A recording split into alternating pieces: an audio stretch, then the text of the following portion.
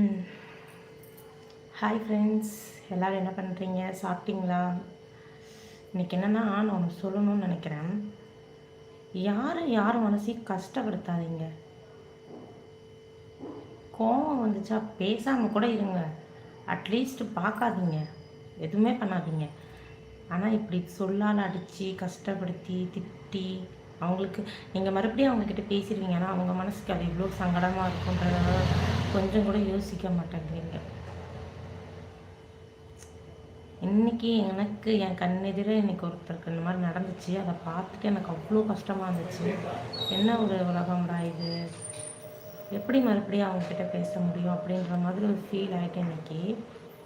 தயவு செஞ்சு சொல்கிறேன், யாரையும் அப்படி கஷ்டப்படுத்தி பேசாதீங்க.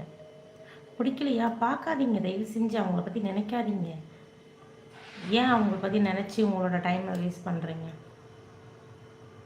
உங்களுக்கும் டைம் வேஸ்ட்டு, அவங்களுக்கும் வந்துட்டு மூட் அப்செட் ஆகும் இல்லையா? தயவு செஞ்சு உங்களுக்கு ஒருத்தர் பிடிக்கலன்னா அவங்கள பற்றி நினைக்காதீங்க. நினைக்காத வரைக்கும் நீங்கள் ரொம்ப நல்லா இருப்பீங்க, அவங்களும் நல்லா இருப்பாங்க. தேவையில்லாமல் நினச்சி அவங்கள கஷ்டப்படுத்தி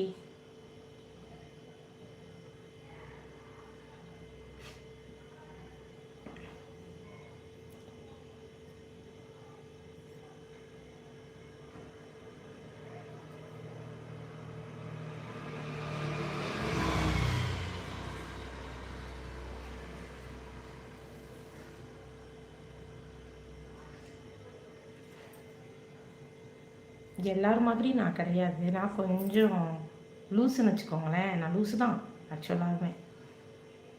எல்லோரும் எப்படி பேசுவாங்க, நான் பேசுகிறது கொஞ்சம் டிஃப்ரெண்ட்டாக தான் இருக்கும். இறங்கி போய் பேசுவேன், இதெல்லாம் என்னோடய கேரக்டர். ஏன்னா வந்துட்டு எனக்கு எல்லாருமே வேணும்னு நான் நினைக்கிறவ. அதனால் யாரையுமே நான் விட்டு கொடுக்க மாட்டேன். ஆனால் ஒரு சில கட்டத்தில் நம்மளால் ஏற்றுக்கவே முடியாத சுச்சுவேஷனில் என்ன பண்ணுறதுனே தெரியாத ஒரு சுச்சுவேஷனில் இருந்தால் என்ன பண்ணுறது அப்படிங்கிற மன அழுத்தத்துக்கு ஆளாகிடும். அவங்களுக்கு நடந்ததை நினச்சி பார்த்தா எனக்கு இப்போவும் அப்பா நம்ம இந்த நிலமையில இருந்தால் என்ன பண்ணுவோம், போய் ஓங்கி ரைன்னு ஒன்று வச்சுட்டு வந்துடுவோம். ஆனால் இவ்வளோ சாஃப்டாக அந்த அக்கா அமைதியாக இருந்துட்டு, ஆனால் அந்த அக்கா டிவோர்ஸ் எழுதி கொடுத்துட்டு போகிறேன்ட்டாங்க. அதனால தப்புக்கா, ஃப்ரீயாக விடுங்க அக்கான்னு சொல்லி கொஞ்சம் ஆறுதல் படுத்தியிருக்கோம். சரிப்பா, மனுஷன் இந்த உலகத்தில் வாழ்கிறதுக்கு எத்தனைய சாட்டிஸ்ஃபைட் பண்ண வேண்டியதாக இருக்குது.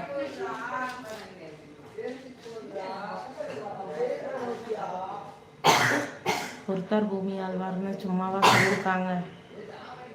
பொறுமையாக போங்க, கண்டிப்பாக பூமியை ஆளுவீங்க. பூமி ஆளுனாலும் பரவாயில்ல, உங்களை நீங்கள் ஆளுவீங்க. இந்த மாதிரி நீங்கள் எதையுமே பொறுக்காமல் போனீங்கன்னு வச்சுக்கோங்க, சத்தியமாக லைஃப்பில் எதையுமே ஆள முடியாது, வீணாக போயிடுவோம்.